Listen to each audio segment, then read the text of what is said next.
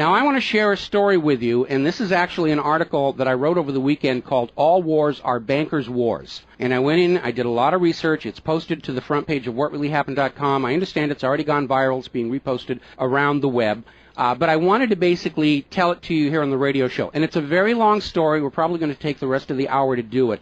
But it's something that you need to understand, that all of these wars and assassinations that we're told are crazed lone nut assassins or weapons of mass destruction or bringing democracy, all of them track back to the private central bankers as the initiating event. And the more you study this, the more you will realize all the wars are wars for the bankers, for the private central bankers. And I know a lot of people are going to have difficulty comprehending this, just how many of these wars we have fought as a nation were fought for no other purpose than to force private central banks onto nations that did not want them. So we're going to have a few examples so you understand why at this particular time in history the United States government is mired in so many wars against so many foreign nations. And there's plenty of precedents for this. Now, going back to the beginning, the United States fought the American Revolution primarily over King George III's Currency Act, which forced the colonists to abandon their own government-issued currencies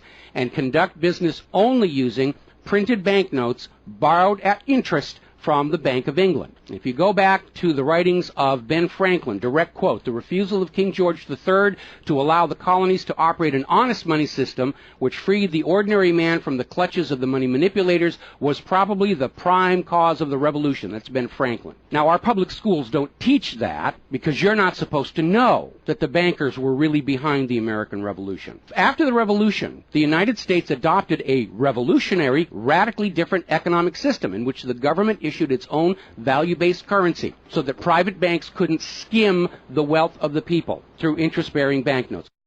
So the American Revolution was fought primarily to free the American people from King George III's Currency Act, which ordered them to conduct all business using printed banknotes borrowed at interest from the Bank of England. So the Bank of England was just, raking in wealth from the labor of the American people in exchange for ink and paper. And that fueled the anger that led to the American Revolution. Your public schools don't spend a lot of time on that, but that was really what it was all about.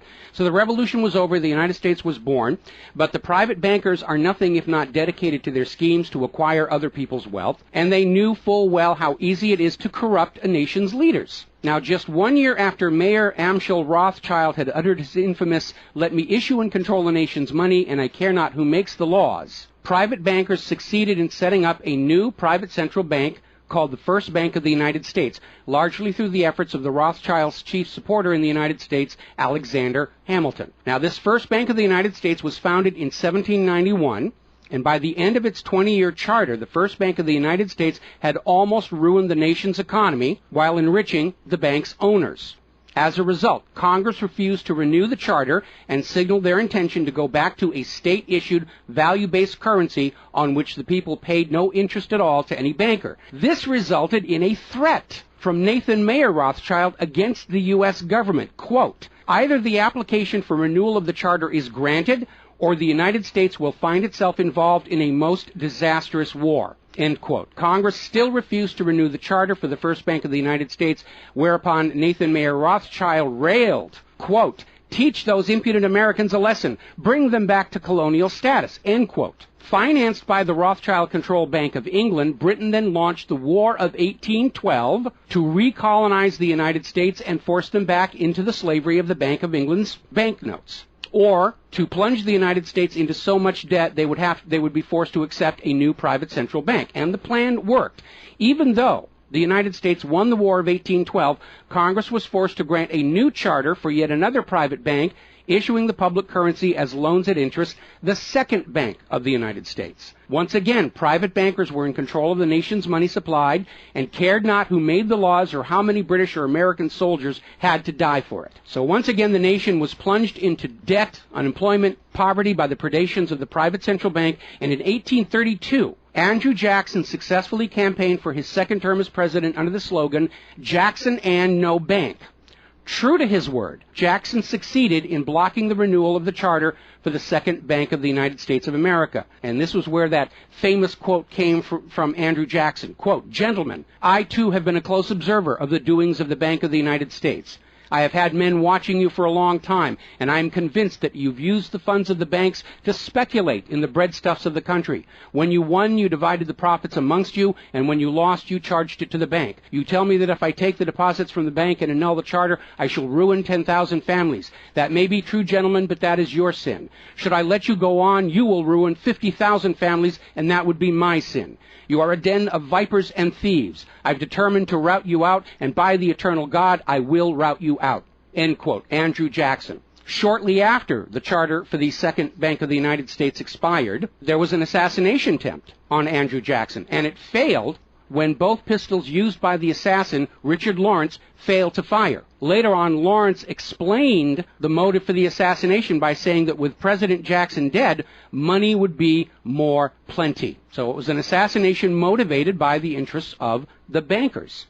Now, our public school system is as subservient to the bankers' wishes to keep certain history from you, just as the corporate media is subservient to Monsanto's wishes to keep the dangers of GMOs from you, and the global warming cult's wishes to conceal from you the fact that Earth has actually been cooling for the last 16 years.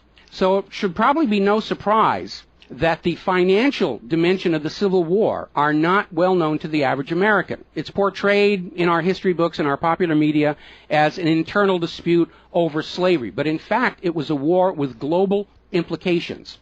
When the Confederacy seceded from the United States, the bankers once again saw the opportunity for a rich harvest of debt and offered to fund Lincoln's efforts to bring the South back into the Union at 30% interest. Lincoln remarked that he would not free the black man by enslaving the white man to the bankers, and using his authority as president, issued a new government currency, the greenback. This was a direct threat to the wealth and power of the central bankers, who quickly responded. This is a quote from the London Times following Lincoln's issuance of the greenbacks. Quote, "If this mischievous financial policy, which has its origin in North America, shall become indurated down to a fixture, then that government will furnish its own money without cost. It will pay off debts and be without debt. It will have all the money necessary to carry on its commerce. It will become prosperous without precedent in the history of the world. The brains and wealth of all countries will go to North America. That country must be destroyed, or it will destroy every monarchy on the globe." So, goaded by the private bankers, much of Europe supported the Confederacy against the Union, with the expectation that victory over Lincoln would mean the end of the greenback. France and Britain seriously considered an outright invasion on the United States in support of the Confederacy, but they were held at bay by Russia. A little bit of history most Americans don't understand. Russia came to the aid of Lincoln's Union during this crisis. Now, at that time, Russia had just ended their serfdom system, and they had a state central bank similar to the system the United States had been founded on. Now, free of European intervention, the Union won the war, and Lincoln announced his intention to go on issuing the greenbacks. Following Lincoln's assassination, the greenbacks were pulled from circulation, and the American people forced to go back to an economy based on banknotes borrowed at interest from the private bankers.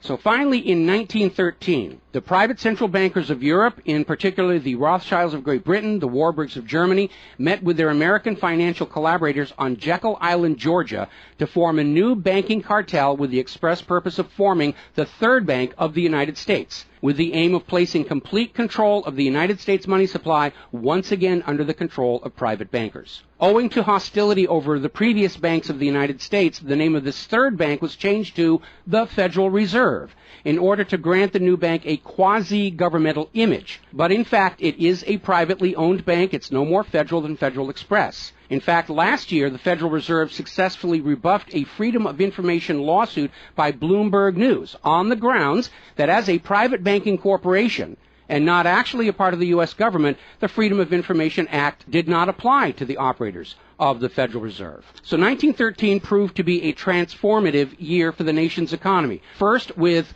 Congress' passage of the 16th Income Tax Amendment and the false claim it had been ratified. Here's another direct quote. "I think if you were to go back and try and find and review the ratification for the 16th Amendment, which was the internal revenue, the income tax, I think if you went back and examined that carefully, you would find that a sufficient number of states never ratified that amendment," end quote. That's U.S. District Court Judge James C. Fox in Sullivan versus United States, 2003. Later that same year, 1913, and apparently unwilling to risk another questionable amendment, Congress passed the Federal Reserve Act over the Christmas holiday in 1913, while members of Congress opposed to the measure were at home. This was a very underhanded deal, as the Constitution explicitly vests Congress with the authority to issue the public currency, does not authorize its delegation, and thus would have required a new amendment to transfer that authority to a private bank. But pass it, Congress did, and President Woodrow Wilson signed it as he promised the bankers he would in exchange for generous campaign contributions. Now, President Wilson later regretted that decision. You've probably heard this quote before, but you're going to get it again. Quote, "I am a most unhappy man. I have unwittingly ruined my country. A great industrial nation is now controlled by its system of credit. We are no longer a government by free opinion, no longer a government by conviction and the vote of the majority, but a government by the opinion and duress of a small group of dominant men." That was Woodrow Wilson writing in 1919. Now, 1 year after the passage of the Federal Reserve Act, World War I started, and it is important to remember that prior to the creation of the Federal Reserve, there was no such thing as a world war. Now, World War I actually started between Austria, Hungary, and Serbia, but quickly shifted to focus on Germany. Why Germany? They didn't start the war. Why was Germany the villain in World War I? Well, the real reason was their industrial capacity was seen as an economic threat to Great Britain. Great Britain's pound was already in decline at the time because too much economic emphasis was on banking and finance, and not enough was on agricultural development, industrial development, and infrastructure. It's very much like the situation we have in the United States right now. All the financial operatives, they want to play the Wall Street games, and other parts of the economy are being neglected. We've lost a great deal of our manufacturing. We're not the agricultural exporter we used to be because everybody's over there at Wall Street playing in that giant open-air casino. Now, pre-war Germany did have a private central bank, but it was under strict control by the German government to keep inflation at reasonable levels and to make sure that all of the German economy was being properly funded, just like Putin did with their central bank about a month ago. Under government control by the German government, investment was guaranteed to internal economic development, and as a result, Germany had become a major manufacturing technological power. They were exporting products that Great Britain could not compete with. So in the media of the day, Germany was portrayed as the main opponent of World War I. And not just defeated, it was flattened. Now, following the Treaty of Versailles, Germany was ordered to pay the war costs of all the participating nations, even though Germany had not started that war. This amounted to 3 times the value of all of Germany itself. Germany's private central bank, to which the German government had gone deeply into debt to pay the cost of the wars, was allowed to break free of government control. That led to the massive inflation of the Weimar Republic, followed, permanently trapping the German people in endless debt. And money speculators were running rampant, and it led to these situations where you had literally a whole basket full of paper notes to get a loaf of bread. Now, when the Weimar Republic collapsed economically, it opened the door for the National Socialists to take power. Their first financial move was to issue their own state currency, which was not borrowed from private central banks. It was based on a unit of value, not a unit of debt. Freed from having to pay interest on the money in circulation, Germany blossomed and quickly began to rebuild its industry. It was an amazing transformation to see. The media called it the German miracle. Time magazine lionized Hitler for the amazing improvement of life for the German people and the explosion of German industry, and they even named him Time magazine's Man of the Year in 1938. And then once again, Germany's prosperity and freedom from a private central bank loaning the public currency at interest became a threat to other nations and other powers. I have a couple of quotes here from Winston Churchill that tells you what was really going through the minds of Europe in the years leading up to World War II. Quote, "Should Germany merchandise again," which means do business, "should Germany merchandise again in the next 50 years, we have led this war, World War I, in vain." That was Winston Churchill writing in the Times in 1919. Another quote, "We will force this war upon Hitler if he wants it or not," end quote. Winston Churchill in a 1936 radio broadcast. Quote, "Germany becomes too powerful. We have to crush it," end quote. Winston Churchill in November 1936 speaking to U.S. General Robert Wood. Quote, "This war is an English war, and its goal is the destruction of Germany." Winston Churchill, autumn 1939 broadcast. So it was all about economics and profitability. Now, Germany's state-issued value-based currency was also a direct threat to the wealth and power of the private central banks around the world. And as early as 1933, they started to organize a global boycott against Germany to strangle this upstart ruler who thought he could run his nation without a private central bank. Now, as had been the case in World War I, Great Britain and other nations threatened by Germany's economic power looked for an excuse to go to war. And as public anger in Germany grew over the boycott, Hitler foolishly gave them that excuse. Years later, in a spirit of candor, the real reasons for the war were made clear. Quote, "The war wasn't only about abolishing fascism, but to conquer sales markets. We could have, if we had intended so, prevented this war from breaking out without doing one shot, but we didn't want to." End quote. Winston Churchill to Harry Truman, March 1946. One more quote here. Quote, "Germany's unforgivable crime before World War II was its attempt to loosen its economy out of the world trade system and to build up an independent exchange system from which the world finance couldn't profit anymore. We butchered the wrong pig." End quote. Winston Churchill writing in his book, The Second World War. Now, a little side note. We're going to actually step back in time to the years before World War II. A little bit of history a lot of Americans are still completely unaware of. And it involves a gentleman by the name of Marine Corps Major General Smedley Butler. In 1933, Wall Street bankers and financiers had bankrolled the successful rise to power of Hitler and Mussolini. Brown Brothers Harriman in New York, and they're still there. I saw them when I was there for the 9/11 anniversary. They were financing Hitler right up to the day war was declared with Germany. And these Wall Street financiers decided that a fascist dictatorship in the United States, based on the one Mussolini had in Italy, was going to be far better for their business interests than Roosevelt's New Deal, which threatened massive wealth redistribution to recapitalize the working and middle classes of America. So the Wall Street tycoons recruited General Butler to lead the overthrow of the U.S. government and install a Secretary of General Affairs who would be answerable to Wall Street and not the people, would crush social unrest and shut down all the labor unions. General Butler pretended to go along with the scheme, but then exposed the plot to Congress.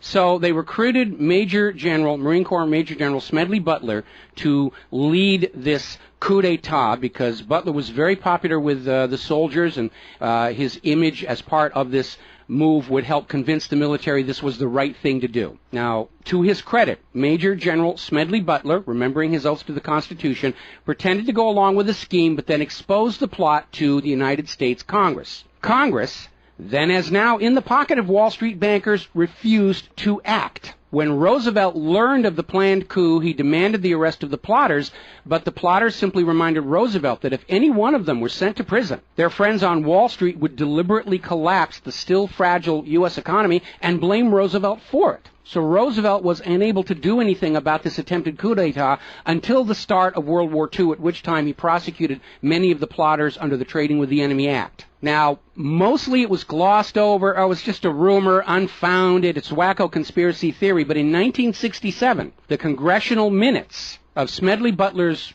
revelation to Congress of the coup were finally released to the public. You ever see this movie 7 Days in May, Kirk Douglas and Burt Lancaster, about an attempted military takeover of the United States of America? It was based loosely on this story. But of course, in the movie, the bankers being behind the Burt Lancaster character was completely removed from the script here.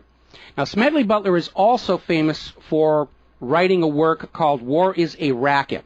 And I would like to read you a quote from that. Quote, "I spent 33 years and 4 months in active military service as a member of our country's most agile military force, the Marine Corps. I served in all commissioned ranks from second lieutenant to major general. And during that period, I spent more of my time being a high-class muscle man for big business, for Wall Street, and for the bankers. In short, I was a racketeer, a gangster for capitalism. I suspected I was just part of a racket at the time. Now I'm sure of it. Like all members of the military profession, I never had an original thought until after I left the service. My mental faculties remained in suspended animation while I obeyed the orders of the higher-ups. This is typical with everyone in the military service. Thus, I helped make Mexico and especially Tampico safe for American oil interests in 1914. I helped make Haiti and Cuba a decent place for the national Channel City bank boys to collect revenues in. I helped in the raping of half a dozen Central American republics for the benefit of Wall Street. The record of racketeering is long. I helped purify Nicaragua for the International Banking House of Brown Brothers in 1909 through 1912. I brought light to the Dominican Republic for American sugar interests in 1916. In China in 1927, I helped see to it that the Standard Oil went its way unmolested. During those years, I had, as the boys in the back room would say, a swell racket. I was rewarded with honors, medals, and promotion. Looking back on it, I feel I might have given Al Capone a few hints. The best he could do was operate his racket in 3 city districts. I operated on 3 continents. General Smedley Butler, former U.S. Marine Corps Commandant, and he wrote that in 1935. So, now moving forward here. As president, John Fitzgerald Kennedy understood the predatory nature of private central banking. He understood why Andrew Jackson fought so hard to end the Second Bank of the United States. So Kennedy wrote and signed Executive Order 11110, which ordered the U.S. Treasury to issue a new public currency called the United States Note. Now, Kennedy's United States notes were not borrowed from the Federal Reserve. They were created by the U.S. government and backed by the silver stockpiles held by the U.S. government. It represented a return to the system of economics the United States had been founded on, and it was perfectly legal for Kennedy to do so under the Constitution. All told, some $4.5 billion went into the public circulation, which eroded interest payments to the Federal Reserve and loosened their control over the nation. 5 months after signing Executive Order 11110, John F. Kennedy was assassinated in Dallas, Texas, and the United States notes pulled from circulation and destroyed. Following Kennedy's assassination, John J. McCloy, president of the Chase Manhattan Bank and president of the World Bank, was named to the Warren Commission. Now, I don't care how good a banker he is. He's not qualified to be investigating a murder, which is what we were told the Warren Commission was all about, to get the truth of the assassination. But we all know that the Warren Commission was there to cover up what was going on, and obviously we can presume safely that John J. McCloy's presence on the Warren Commission was to make sure the American public never got even a hint of the financial dimensions behind the assassination. So, as we enter the 11th year of what I am certain future history will most certainly describe as World War III, we need to examine the financial dimensions behind all these wars. Why are we here? Why are our children being killed and crippled? Is this another war for the profit of the private central bankers? And the answer is yes. Now, toward the end of World War II, when it became obvious that the Allies were going to win and dictate the post-war political environment, the major world economic powers met at Bretton Woods, a luxury resort in New Hampshire, in July of 1944, and they hammered out the Bretton Woods Agreement for International Finance. The British pound lost its position as the global trade and reserve currency to the U.S. dollar. There are indications this was part of the price demanded by Roosevelt in exchange for the U.S. entry into the war. Now, absent the economic advantages of being the world's go-to currency, Britain was forced to nationalize their Bank of England in 1946. The Bretton Woods Agreement, ratified in 1945, in addition to making the dollar the global reserve and trade currency, obligated the signatory nations to tie their currencies to the dollar. The nations that ratified Bretton Woods did so on 2 conditions. The first was that the Federal Reserve would refrain from overprinting the dollar, basically as a means to loot real products and produce from other nations in exchange for ink and paper. It basically was an imperial tax imposed by the U.S. economic system on the rest of the world. That assurance of no overprinting was supposedly backed up by the second requirement, which was that the U.S. dollar would always be convertible back to gold by the U.S. government at $35 an ounce. Now, of course, the Federal Reserve, being a private bank and not answerable to the U.S. government, did in fact start overprinting paper dollars, which were sent to other nations around the world, and under Bretton Woods, they had to send back products and produce and raw materials at full value. And much of the perceived American prosperity of the 1950s and 60s was the result of these foreign nations having to send real raw materials, goods, produce, back to the United States in exchange for these little pieces of paper with ink all over them, because they were forced to accept these paper notes as being worth $35 per ounce of gold. Then in 1970, France started looking at this huge pile of printed paper notes sitting in their bank vaults. for which real French products like wine and cheese had been traded, and it notified the United States government that they would exercise their option under Bretton Woods to return all those paper notes for gold at the agreed-upon $35 per ounce exchange rate. The problem was the United States had nowhere near the gold to redeem all those paper notes. So on August 15, 1971, Richard Nixon temporarily, nudge, nudge, wink, wink, say no more, suspended gold convertibility of the U.S. Federal Reserve notes. This Nixon shock, as it was termed at the time, effectively ended Bretton Woods, and many global currencies started to delink from the U.S. dollar. And it created another problem because the United States had been collateralizing their loans, money borrowed from other governments and foreign investors, with the American nation's gold reserves. And with the awareness that there wasn't enough gold to redeem all the Federal Reserve notes, lenders to the U.S. were starting to wonder, did the U.S. government have enough gold to collateralize their outstanding debts? Foreign nations began to get very nervous about the loans to the United States, and they were understandably reluctant to loan any additional money without some form of collateral. So what Richard Nixon did is he founded the environmental movement with the EPA and its various programs like wilderness zones and roadless areas and heritage rivers, wetlands, and all these other little different programs which all took vast areas of public lands and made them off limits to the American people, who are technically the owner of all those lands. But Nixon had no concern for the environment, and the real purpose of this land grab, under the guise of the environment, was to pledge those pristine lands and their vast mineral resources as collateral on the outstanding national debt. The multitude of all these different programs was simply to conceal the scale of the land grab and collateralization of the American people's heritage. And it actually today covers almost 25% of the entire nation, is now locked up by these EPA programs and pledged as collateral on government borrowing. Now, with open lands, available lands for collateralization already in short supply, the U.S. government embarked on a new program to shore up sagging international demand for the dollar. The United States approached the world's oil-producing nations, mostly in the Middle East, and offered them a deal. In exchange for only selling their oil for dollars, the United States would guarantee the military safety of those oil-rich nations. The oil-rich nations would agree to spend and invest their U.S. paper dollars inside the United States, particularly in U.S. Treasury bonds, which would be redeemable through future generations of U.S. taxpayers. The concept was labeled the petrodollar. In effect, the United States, no longer able to back the dollar with gold, was now backing it with oil, other people's oil. And that necessity to keep control over those oil nations to prop up the dollar has dominated America's foreign policy in the region ever since. But as America's manufacturing and agriculture has declined, the oil-producing nations faced a dilemma. Like France, they've got piles and piles of these paper notes and treasury bonds piling up in their vaults, and there really wasn't all that much except real estate they wanted to buy from the United States of America. Europe's cars and aircraft were superior and less costly.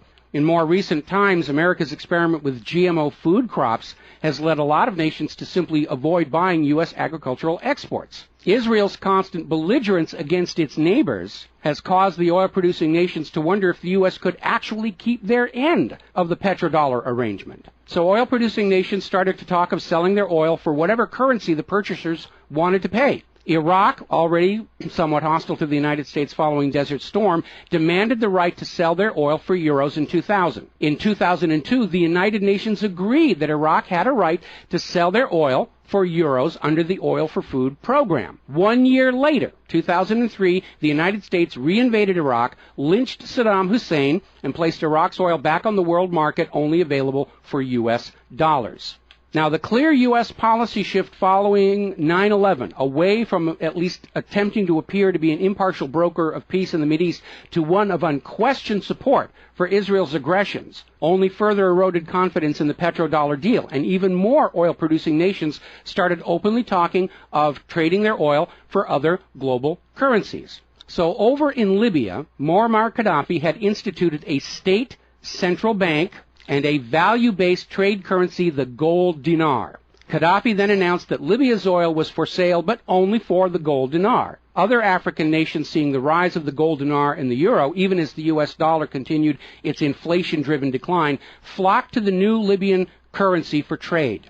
This move had the potential to seriously undermine the global hegemony of the dollar. French President Nicolas Sarkozy reportedly went so far as to call Libya a threat to the financial security of the world. So the United States invaded Libya under the guise of supporting a popular rebellion. They brutally murdered Gaddafi, apparently because the object lesson of Saddam's lynching had not been enough of a message, imposed a private central bank, and returned Libya's oil output to dollars only. The gold that was supposed to be made into the gold dinars, as of the last report I could find, unaccounted for. Now, according to General Wesley Clark, the master plan for the dollarification of the world's oil nations included 7 targets: Iraq, Syria, Lebanon, Libya, Somalia, Sudan, and Iran. Venezuela, which has started selling their oil to China for the yuan, seems to be a late addition. What is notable about those original 7 nations targeted by the U.S. is that none of them are members of the Bank of International Settlements. This is the private central banker's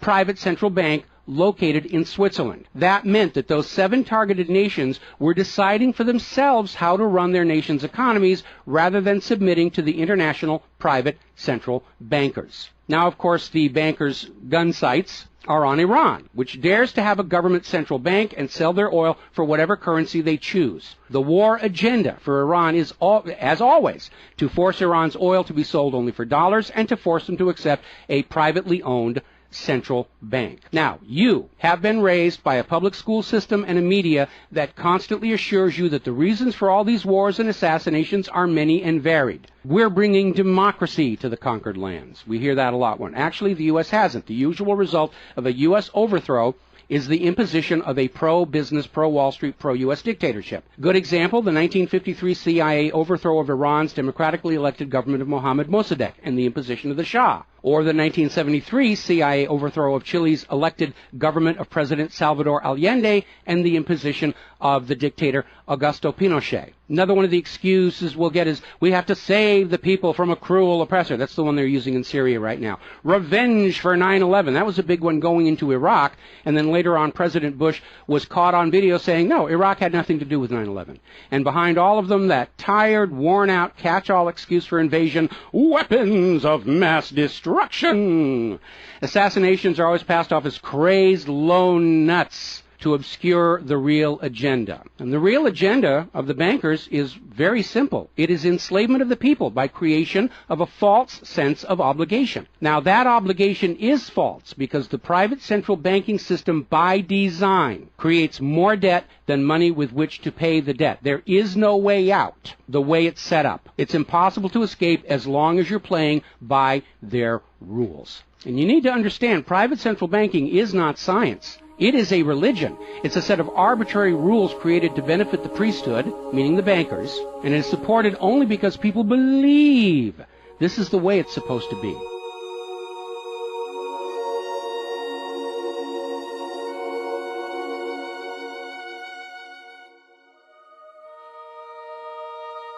It is a religion. It's a set of arbitrary rules created to benefit the priesthood, meaning the owners of the private central banks. The fraud persists with often lethal results only because the people are brainwashed into believing that this is the way life is supposed to be, and no alternative exists or should even be dreamt of. Now, this same approach, the same brainwashing, was true of 2 earlier systems of enslavement, rule by divine right and slavery, both systems built to trick people into obedience, and both now recognized by modern civilization as illegitimate. So now we are on the verge of a new era in history where we will recognize that rule by debt, rule by private central bankers issuing the public currency as a loan at interest is equally illegitimate. It only works as long as people allow themselves to believe that this is the way life is supposed to be. But you need to understand something that's the core of the issue. Private central banks do not exist to serve the people, the community, or the nation. Private central banks exist to serve their owners, to make them rich beyond the dreams of Midas, and all for the cost of ink, paper, and the right bribe to the right official, and the occasional assassination. But behind all these wars and all these assassinations, the 100 million plus horrible deaths from all of these wars, lies a single policy of financial dictatorship. The private central bankers only allow rulers to rule, only on the promise that the people of a nation be enslaved to the private central banks. Rulers who do not go along with that will be killed, their nation invaded by those other nations still enslaved to the private central banks. The bankers themselves don't fight these wars. Their children are not in these wars. A nation tries to break free of the private central bankers like Libya. All the other nations under the bankers' control pile on and destroy them. This so-called clash of civilizations you are being told about by the corporate media,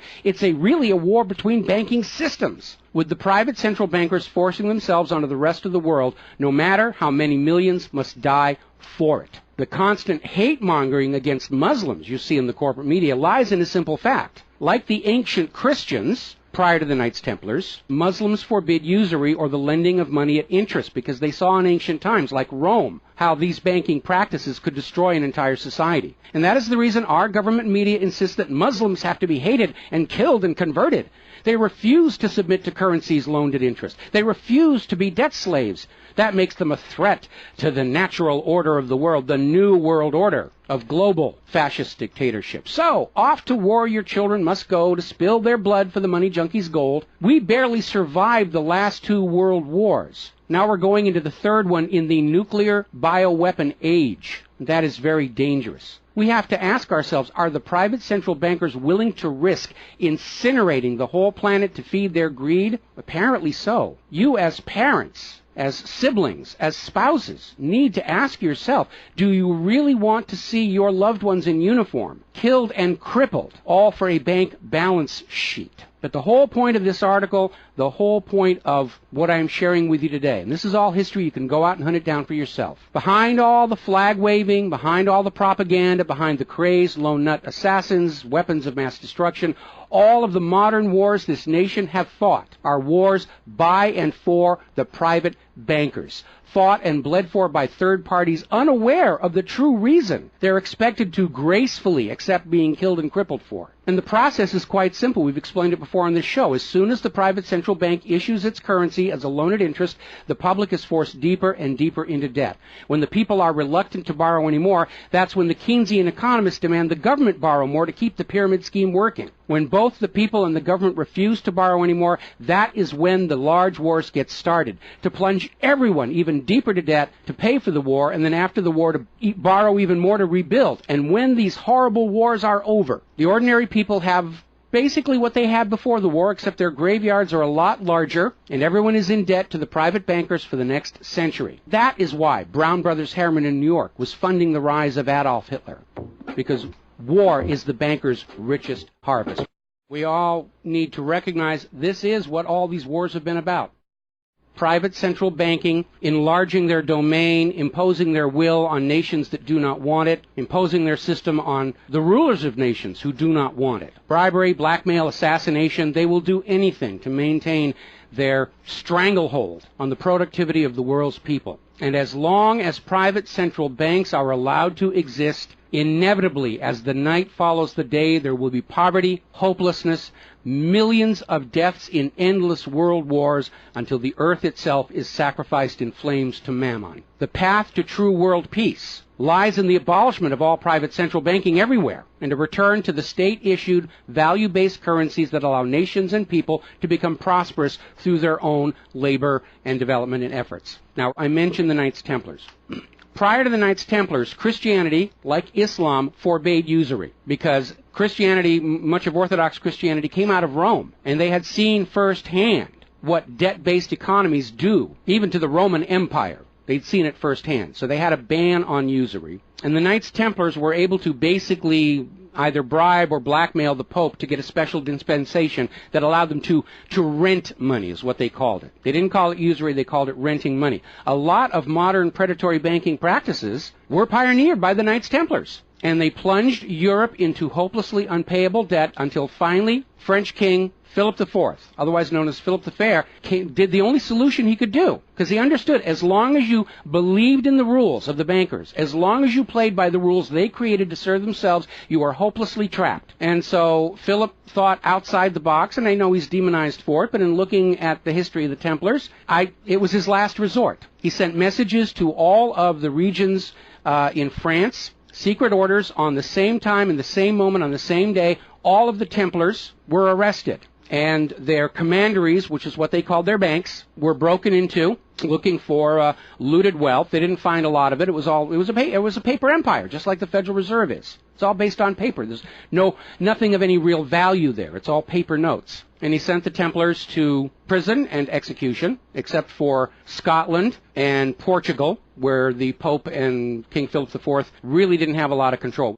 I think that the governments of the world, looking at the situation, looking how close we are to seeing this current world conflict emerge into a full-blown global thermonuclear war, that maybe they need to start thinking about the wisdom of King Philip the Fair and say it's time to simply grab all these private central bankers all at the same time so they can't simply skedaddle from one nation to another and come back and try the same thing again, as they will inevitably do, because these people are addicts. They're hopelessly addicted to other people's money. That's why we call them money junkies. When we see somebody who's addicted to cocaine or methamphetamine or heroin, and we can easily see how they're destroying their home and community around them. Now we need to look at these money addicts and look at how they're destroying the entire world around them. And it's time for an intervention. It's time for us to become private central banking heretics, to stop believing that this is the way life is supposed to be, because it isn't. It isn't even the way the United States was actually started. And they're trying as hard. Look at the destruction of our nation. We used to be the world's greatest nation. Now the most generous estimate is we're down to number 16 and still falling. And yet, despite the destruction to our nation, its infrastructure, its children, its quality of medical care, the quality of its manufacturing output, we still are compelled somehow to go out and force this same banking system onto the rest of the world at the point of a bayonet. Does that make any sense at all? Not to a rational human being. To a money junkie, yeah, it's perfect. But we're really at a crisis point in history. And the first step to resolving that crisis, to not let it go any further into a potential nuclear war, is to recognize that private central banking, ruled by manufactured illusion of debt, is no more legitimate a system of governance than rule by divine right or rule by slavery. We all need to recognize the true cause of all the pain and suffering and wars. It's not the terrorists, it's not Al-Qaeda. These are just distractions and set pieces put in front of your eyes so you can't see the very clear pattern behind much of modern human history. It's a war of banking systems, with the predatory private central banks seeking to eradicate any nation and any ruler that would dare try and operate their economy outside the control of the private central bankers. That's the real cause for the war. Is it something you're willing to fight and die for, to support these private central bankers? Is it something you're willing to let your sons and daughters and brothers and sisters be blown to bloody bits for, so the money junkies can have their latest fix, just a little tiny bit more gold or a little larger number on the bottom of that brokerage statement, so they can have today's thrill, their fix of money that is bought with the blood of your children? I don't think so. But the time has come to point out what really is the cause of all causes behind all the wars and suffering that our planet is having to endure and our people are having to endure. The common enemy of all humankind are private central banks issuing the public currency as a loan at interest. And as history will show, they will do anything, up to and including global wars, to keep their lock on yours and your children's future economic well-being and productivity. We're not a free society. Media will tell us that we're free, but we're not free. We are slaves. Our slave chains are made of paper, and that paper is the Federal Reserve note. Too few of our leaders have tried to stand up to this system of enslavement, usually with lethal results. But if all the people of the world at the same time stand up and say no more private central banks, it will come crashing down, just as slavery did, just as rule by divine right did, and then we'll be embarking on a new era in human history, where the emphasis on social development is on the people and not on the money junkies.